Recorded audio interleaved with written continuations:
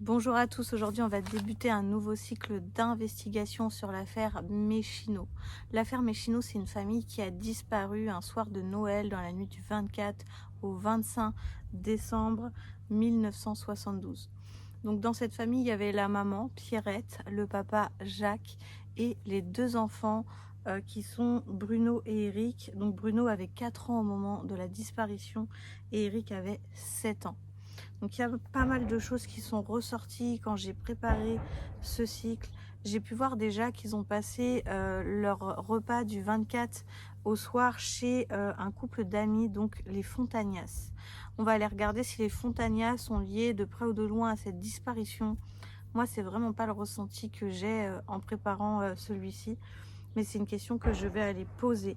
Donc ils fêtent le réveillon ensemble et en fait Pierrette et Jacques devaient manger avec Jean-Paul et son épouse, donc le frère de la famille, le 25 décembre. Sauf que il n'y a jamais eu de repas parce qu'ils ne sont jamais rentrés chez eux après ce fameux repas avec les Fontagnas.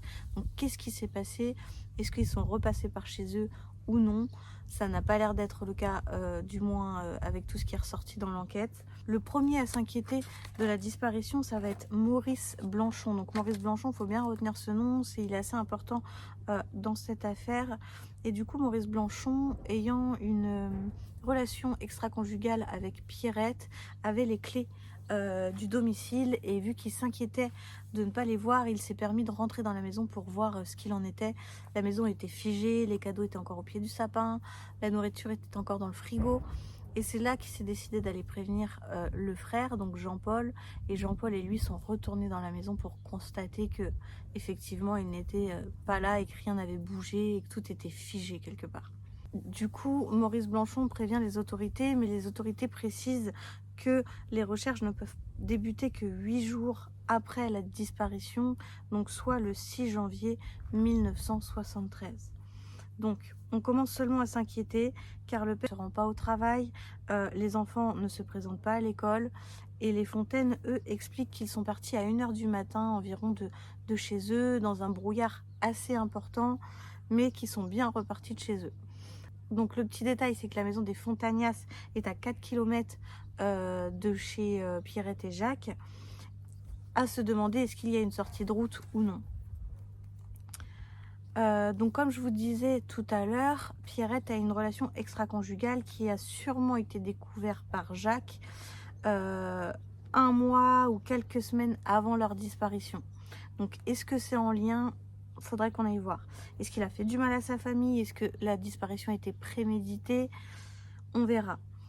En fait, Maurice Blanchon, il se rendait la nuit au domicile de Jacques et Pierrette parce que Jacques apparemment avait des horaires de nuit et du coup c'était une relation qui durait depuis déjà un peu plus de 2 ans derrière le dos de Jacques.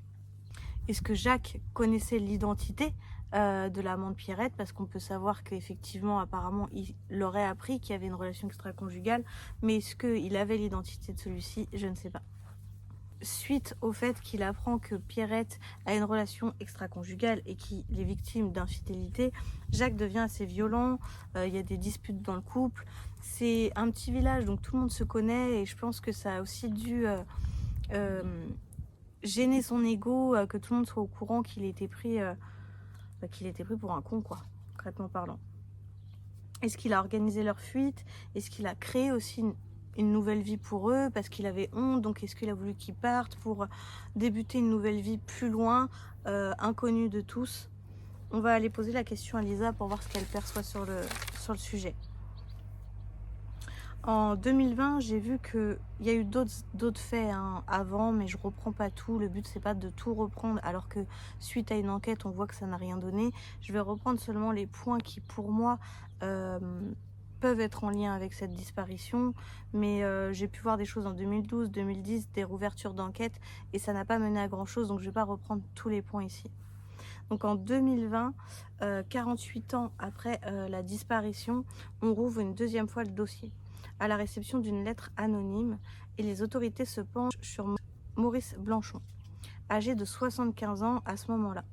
En fait, ils vont chez lui, ils créent une fouille pour rechercher, ils sont à la recherche concrètement d'une lettre qui aurait pu être écrite ou adressée à lui par Pierrette.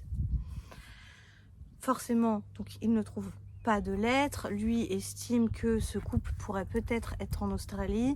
Il n'arrête pas de dire ça. Donc, est-ce que Maurice est au courant de quelque chose que nous, on ne sait pas? C'est une question aussi que je vais aller poser à Lisa parce que c'est bizarre que toutes ces années-là, il répète qu'ils sont partis en Australie. Donc, les hypothèses, tuerie familiale, accident de voiture, pardon, un départ volontaire à l'étranger. On va aller voir ce qu'il est dit là-dessus. Il est dit aussi, petit point important, que Jacques avait pas mal d'argent de côté en liquide et que cet argent n'a pas été retrouvé sur leur compte. Donc, est-ce que c'était prémédité? Ça peut être intéressant aussi de regarder par rapport à cette histoire d'argent. Et un autre petit point, en fait d'habitude quand je crée mes vidéos d'avant-première de cycle, je les tourne avant de faire mes cycles et je les envoie à Lisa par mail au moment du montage après qu'on les ait tournés. Là j'ai pas eu le temps de tourner mes vidéos d'avant-première avant de tourner les cycles, donc je le tourne après avoir tourné les cycles d'investigation. Il y a un point dans l'affaire Méchino que j'ai pas repris pendant le cycle. En fait c'était tellement clair pour Lisa que j'en suis pas venue à ce moment-là de ma préparation de cycle et je regrette d'avoir oublié cette info parce que je la trouve quand même assez importante. Il est dit en fait qu'à un moment donné, il y a un monsieur qui aurait voulu acquérir un chai et bref, en gros cette femme, la femme de ce mari, donc on va l'appeler Monsieur X, aurait dit en gros, suite à cette affaire de chai, etc., aurait dit à un homme c'est pas le moment, mon mari est dangereux, il a fait disparaître une famille il y a très longtemps, donc en gros, elle faisait comprendre à cet homme de pas venir faire chier son mari. Et est-ce que cette famille, c'est la famille Méchino? C'est une question qu'on se pose parce que cet homme, donc Monsieur X, vivait justement là où Jean-Claude et Pierrette vivaient en 1972. Donc et c'était un ami à Maurice. Donc ça, je suis dégoûtée parce que c'est une question que j'ai complètement oublié de poser. Faut que j'en parle à Lisa, je pense d'ailleurs juste après avoir fait cette vidéo que je vais lui téléphoner pour lui en parler et voir ce qu'elle ressent sur le sujet. S'il y a un nouvel élément suite à cette conversation, etc., je vous en ferai part tout de suite. Là, je le mettrai à la suite de cette vidéo. Si je vous mets rien à la suite de cette vidéo et que ça enchaîne sur le cycle, c'est que pour elle, c'est formel sur ses perceptions qu'elle a eues pendant le cycle. Donc j'ai téléphoné à Lisa, on s'est reconnecté 5 minutes pour aller voir ce point-là parce que ça me tracassait. Donc pour elle, à la base, c'était une histoire pour acquérir un chai. L'homme qui voulait acquérir le chai, on va l'appeler Claude, et l'homme à qui appartenait le chai, on va l'appeler Monsieur X. Donc Monsieur X a une femme et il y a eu une histoire autour de ce chai et cette femme aurait conseillé à Claude de lâcher l'affaire parce que son mari était extrêmement dangereux et qu'il aurait fait disparaître une famille il y a plusieurs années de ça. Donc on est parti voir ce qu'il en était avec Lisa et apparemment ce serait plus de la vantardise. Cet homme aurait effectivement créé une grosse séparation et des gros soucis dans une famille qui ne serait absolument pas les Méchino et du coup elle aurait pris ça comme exemple pour faire un peu éloigner ce fameux Claude de cette histoire quoi. Mais apparemment il n'y aurait aucun lien avec les Méchino. Effectivement cet homme vivait en 1972 là où vivaient Pierrette et Jean-Claude et effectivement ça aurait été un ami de Maurice. Maintenant Lisa, elle ne perçoit pas de lien avec la disparition des Méchino concernant Monsieur X. Voilà, c'était le petit plus. Donc ça vous le verrez pendant le cycle, on reviendra pas dessus parce que j'ai complètement oublié de revenir sur cette affaire. C'est pour ça que je vous la donne tout de suite, juste avant le cycle. Je vous souhaite un très bon visionnage. Parfait Lisa, comment tu te sens? Ça va. Ok, on va pouvoir débuter ce nouveau cycle. Aujourd'hui, on va se connecter, Lisa, la famille Méchino. Lorsque tu te connectes à cette famille, tu vas pouvoir, je vais te donner simplement la date de leur disparition, car c'est une disparition. Ils ont disparu entre la nuit du 24 au 25 décembre 1972. Est-ce qu'il y a des choses qui te viennent avant que je te donne plus d'infos? Je les vois comme reculés avec voile un peu d'ombre devant eux, comme s'il fallait pas qu'on les voie, comme s'il y avait beaucoup de secrets. Et en fait, ce qu'on montre, c'est comme deux images en fait. Il y a du coup ce truc avec un voile et devant, il y a une famille tout sourire, comme s'il y avait beaucoup de... Ça jouait beaucoup sur les apparences. Hmm, d'accord. Ok. Donc pour toi, il y a quand même un secret autour de cette disparition. Oui, et autour de la famille, pour moi, il y a plusieurs secrets autour de la famille, de manière générale. Hmm, ok, intéressant. Donc dans la famille, on a la maman, Pierrette, on a le père, Jacques, on a deux garçons, Bruno qui avait 4 ans et Eric qui avait 7 ans au moment de la disparition. Ce couple serait parti manger chez un couple d'amis le 24 au soir. Et ils seraient repartis, selon les dires de ce couple qui les a reçus, aux alentours d'1 heure du matin, si je ne me trompe pas. Est-ce que tu les vois repartir de ce dîner?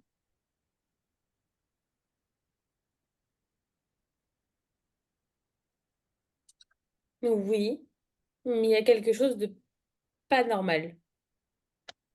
Mhm. Qu'est-ce que c'est ce quelque chose de pas normal?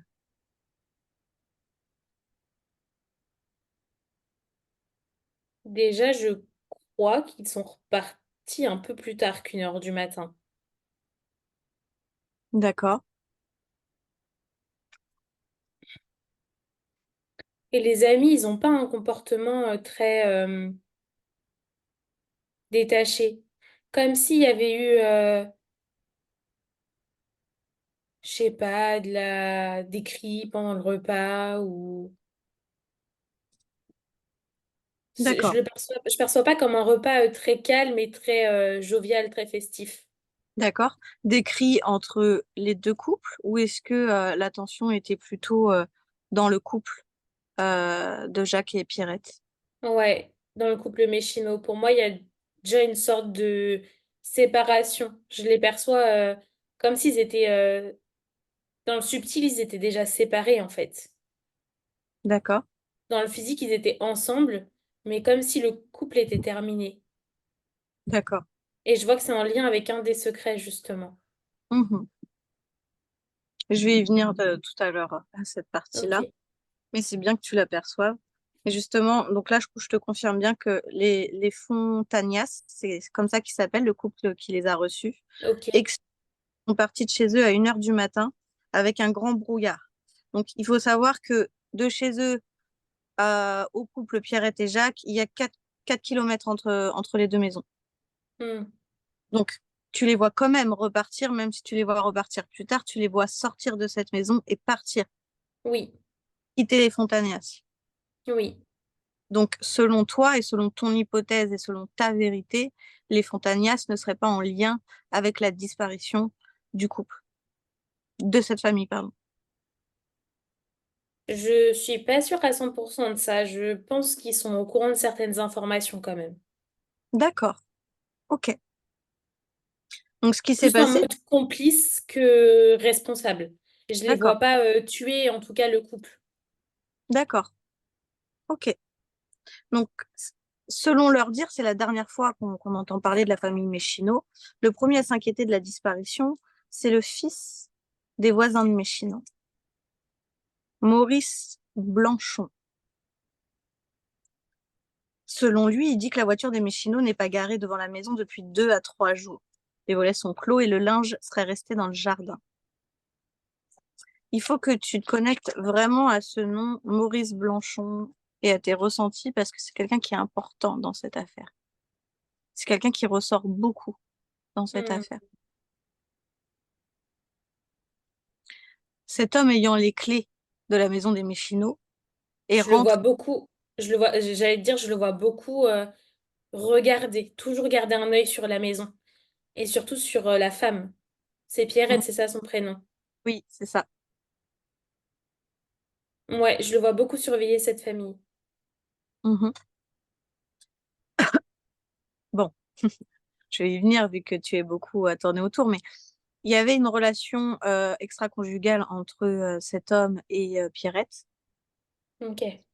Donc c'est pour ça que cet homme avait les clés de la maison et qu'il en est venu à rentrer dans cette maison, selon ses dires encore une fois, pour comprendre est-ce qu'ils sont repassés par là. Et en fait, il a pu voir qu'il y avait les cadeaux au pied du sapin, qu'il y avait encore à manger dans le frigo.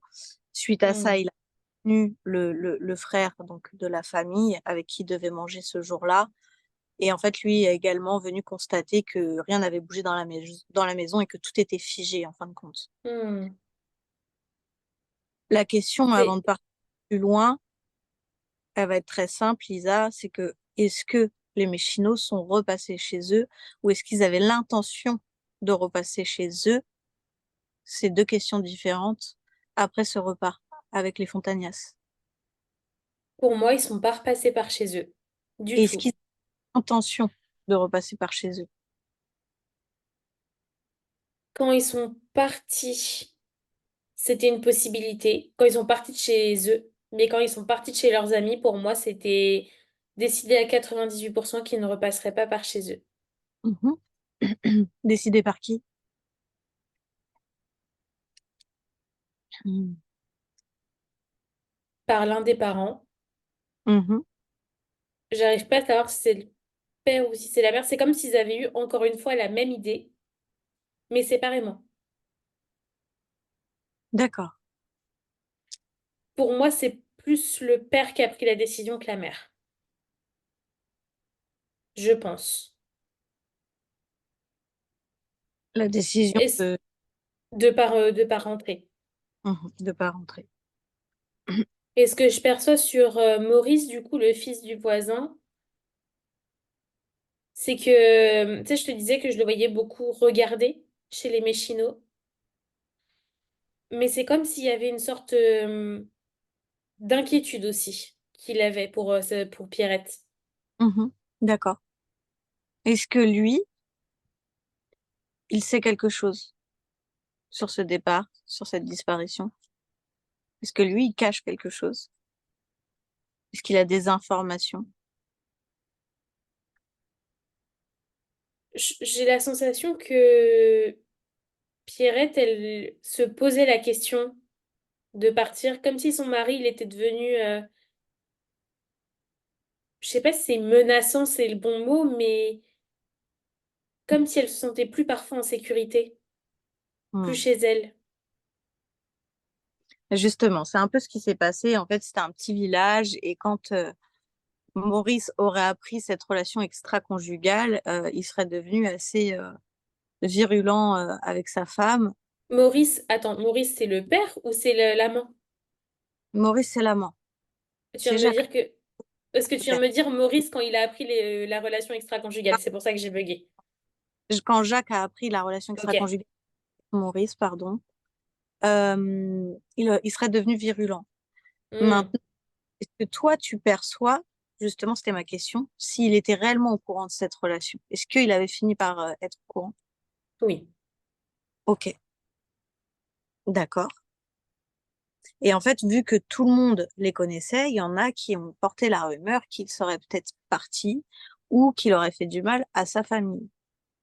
Donc en fait, est-ce que Jacques déjà connaissait l'identité de l'amant de Pierrette? Ou est-ce qu'il savait juste qu'elle avait une relation extra-conjugale?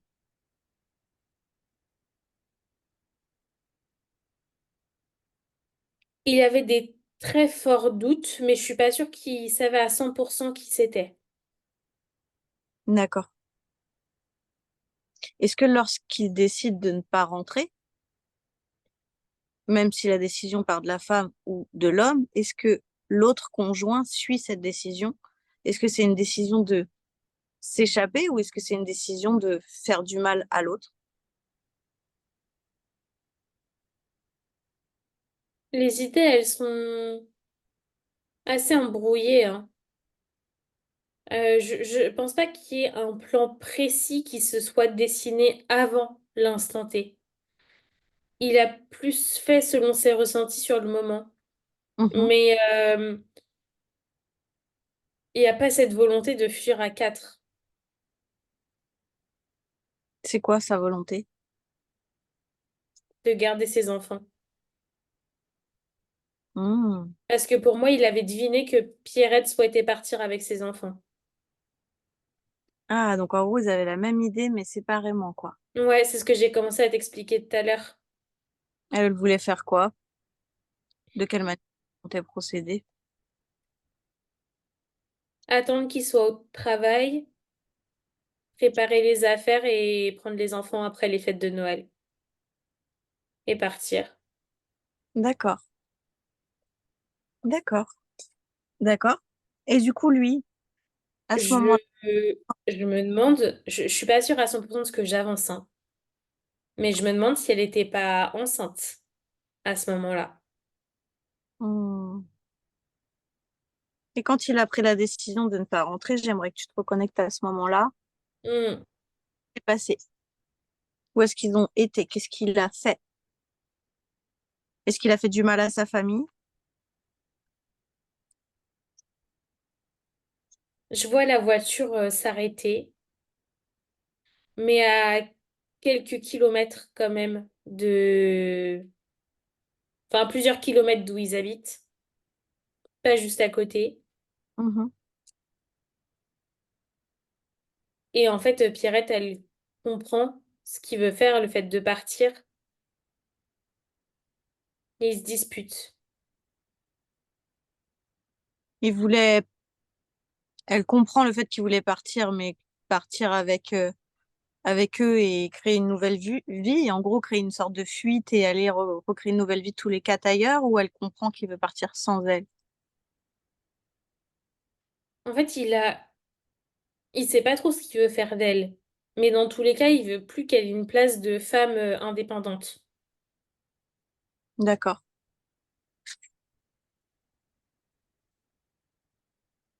Donc, ils se Mais disputent. je vois que c'est quelqu'un, le père, qui a l'habitude de bouger, qui a des contacts à plusieurs endroits du monde. D'accord, Je sais pas si c'est pour le boulot ou, mais je pense que c'est quelqu'un qui, ouais, qui voyageait assez facilement. d'accord. Et donc, du coup, pour lui, c'est plus facilement envisageable d'aller faire sa vie ailleurs dans un des pays qu'il a déjà visité. Hmm. Mais il avait un petit peu prémédité ça pour prévoir et prendre de l'argent et pour pas qu'il soit retrouvé. Bah, c'est ce que je te disais au début, en fait, c'est comme si il avait des idées dans sa tête, que c'était pas fixé, et qu'en repartant de chez leurs amis, c'est là qu'en fait tout s'est mis en place et qu'il s'est dit, ok, c'est maintenant. Hmm. Je suis pas persuadée que tout était millimétré 3 semaines, un mois avant, tu vois. Il y avait des idées, il y avait des bases, mais tout n'était pas hyper figé. Et en fait, la décision de passer à l'action, elle a été prise un peu sur le moment, en fait. Ok. En 2020, 48 ans après la disparition, l'enquête elle a été rouverte une deuxième fois à la réception d'une lettre anonyme et les autorités se penchent sur Maurice Blanchon, âgé de 75 ans à ce moment-là. Et en fait, ils partent chez lui créer une recherche justement d'une lettre apparemment qui lui aurait été adressée par Pierrette. Et en fait, Maurice, depuis toujours, lui, il insiste en disant que toute la famille est en Australie.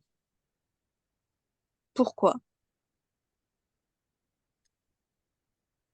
Est-ce que Maurice sait quelque chose? Est-ce qu'il invente?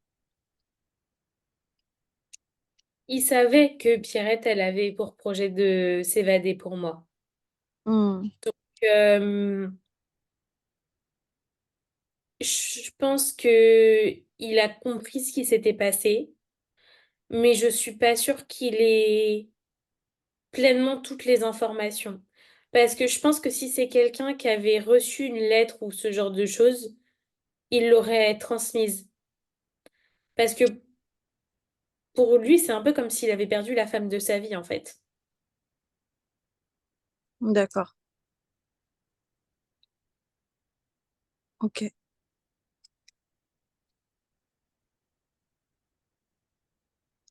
Du coup, est-ce que il a fini Je, par finir dans un autre pays avec toute sa famille? Qu'est-ce qui s'est passé après cette dispute?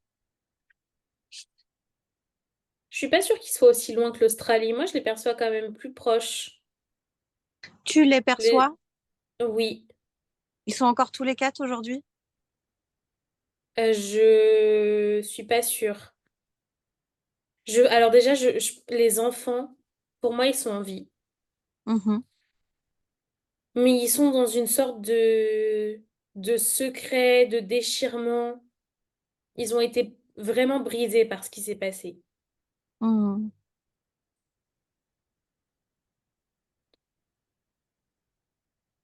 Le père, il s'affaiblit, il vieillit. Je pense qu'il va pas tarder à décéder ou alors il vient tout juste de décéder. Mais ils ont changé de nom, donc je suis pas sûre que le lien sera refait. Et la maman, j'arrive pas à savoir. Elle est décédée pour moi. Non, mais elle est décédée quand? Elle est là, la question. Est-ce qu'il lui Bah, a fait du... c'est ça que je cherche. Hmm. Quand est-ce qu'elle est décédée? Elle a vécu une vie avec eux après? Est-ce qu'elle a vieilli avec lui, auprès de lui? Non, Qu'est-ce qui s'est passé?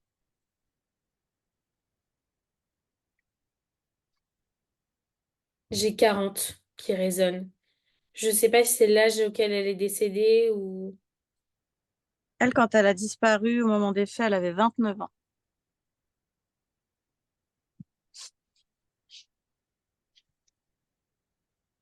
Je me demande si elle a pas été... J'arrive pas à savoir si...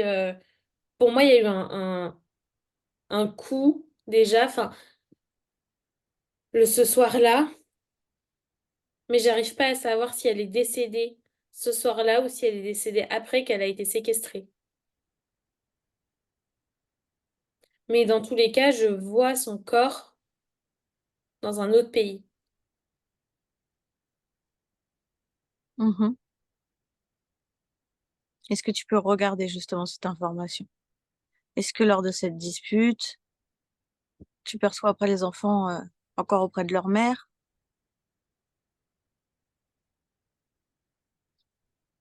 Est-ce qu'ils ont eu conscience de tout ça? Oui, on leur a caché, mais ils ont vite compris. Elle n'a pas été avec eux. Je crois que leur père, il leur dit que justement, maman, elle les a abandonnés. Comment il fait ça? Parce qu'ils partent des Fontagnas en voiture, ils s'arrêtent, ils se disputent. Comment il peut dire qu'elle les a abandonnés? Comment il peut pouvoir prétendre mentir? Comment ça s'est passé? Comment ça s'est déroulé?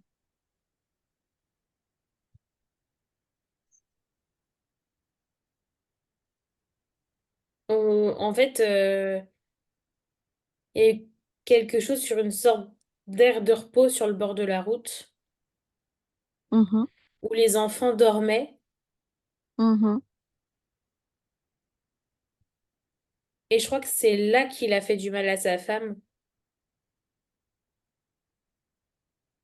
Et De, de quelle manière? ce coup encore à la tête, Hmm. au niveau du cou. D'accord. Et Mais je après, crois qu'après, il a encore roulé pour aller mettre son cadavre ailleurs. il l'a mise dans le coffre. Comment il a fait? Ouais,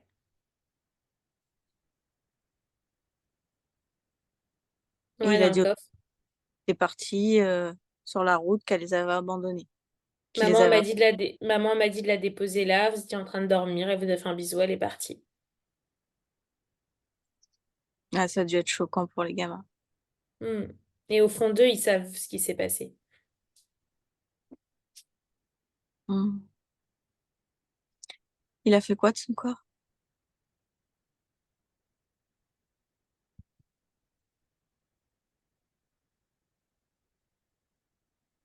Je crois qu'il l'a balancé dans une montagne, pas très loin de la frontière. Et après, il est parti faire sa vie où? Je crois que c'est en Espagne,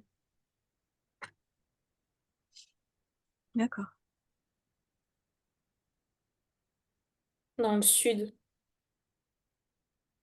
Genre un Ok. endroit assez chaud quand même, Hmm.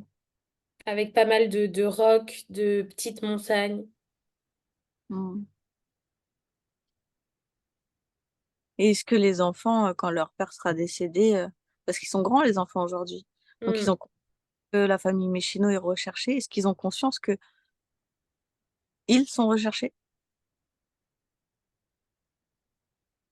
C'est comme s'ils avaient oublié. C'est des enfants qui sont complètement brisés en fait. Et je suis pas sûre qu'ils arrivent à recoller les morceaux.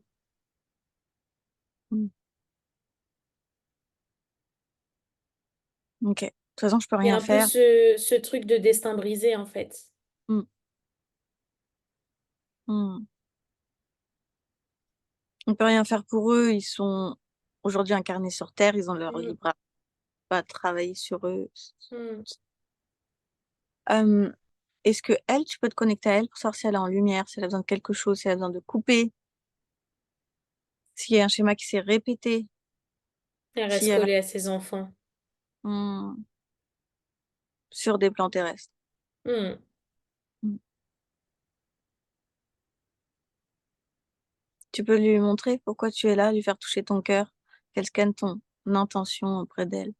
Et elle est tellement ancrée que c'est aussi pour ça que j'ai du mal à percevoir si elle est encore en vie ou pas. Hmm.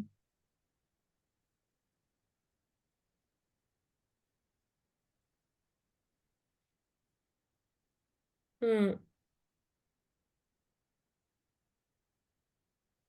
C'est bizarre parce que c'est comme si elle avait conscience qu'elle était décédée sans en avoir conscience.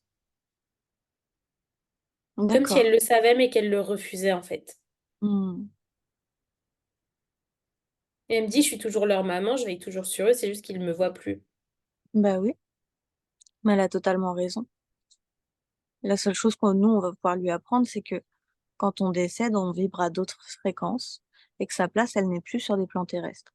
Et pour autant, ça ne veut pas dire qu'elle n'est plus près de ses enfants, parce qu'elle peut continuer à veiller sur eux d'un autre plan, à interagir avec eux, et en fait, elle vibrera plus haut et de manière plus juste, et du coup, elle pourra veiller sur eux de manière plus juste, justement. Hmm. Là, en restant sur des plans terrestres, elle finit par vibrer bas et se nourrir de leurs énergies. Donc, en fait, c'est pas bon pour eux et c'est pas bon pour elle. Elle voit pas comment elle pourrait faire de continuer à s'occuper autant de ses enfants sans être là du tout. Mhm. C'est pas sans être là du tout. Est-ce que tu peux lui montrer Ouais, comment faire une moi, médite projection. avec moi, par exemple, comment il fait pour être présent quand j'en ai besoin et de quelle manière il m'influence avec ses énergies, vu que lui, il vibre haut, alors que il m'influencerait de manière négative s'il resterait tout le temps à côté de moi ici sur des plans terrestres. C'est cette différence qu'il faut lui montrer, lui faire une projection énergétique qu'elle voit, parce qu'elle veut pas du mal à ses enfants. Donc je pense que ça Non. l'a suffisamment. Hmm. Elle me dit, mais c'est aussi ma mission de les protéger de leur père. Bien sûr, mais elle peut les protéger de là-haut, de ses plans à elle aujourd'hui, et de manière plus efficace du coup. Hmm. Elle me dit qu'elle veut bien essayer d'aller voir la Mhm. différence. On reste avec elle. Hmm.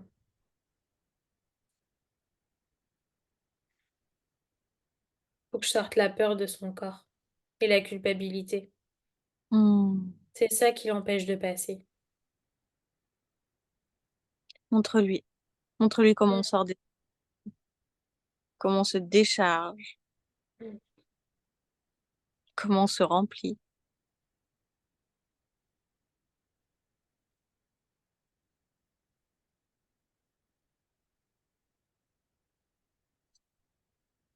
Hmm. Et voilà la différence, la légèreté. Bah oui. Il me dit maintenant, je comprends la justesse. Même moi, là, quand je guide, je ressens totalement la différence d'énergie. Hmm, complètement. Elle est beaucoup moins plombée. Hmm, c'est beaucoup plus léger. Hmm. Ok, elle veut bien passer. Parfait.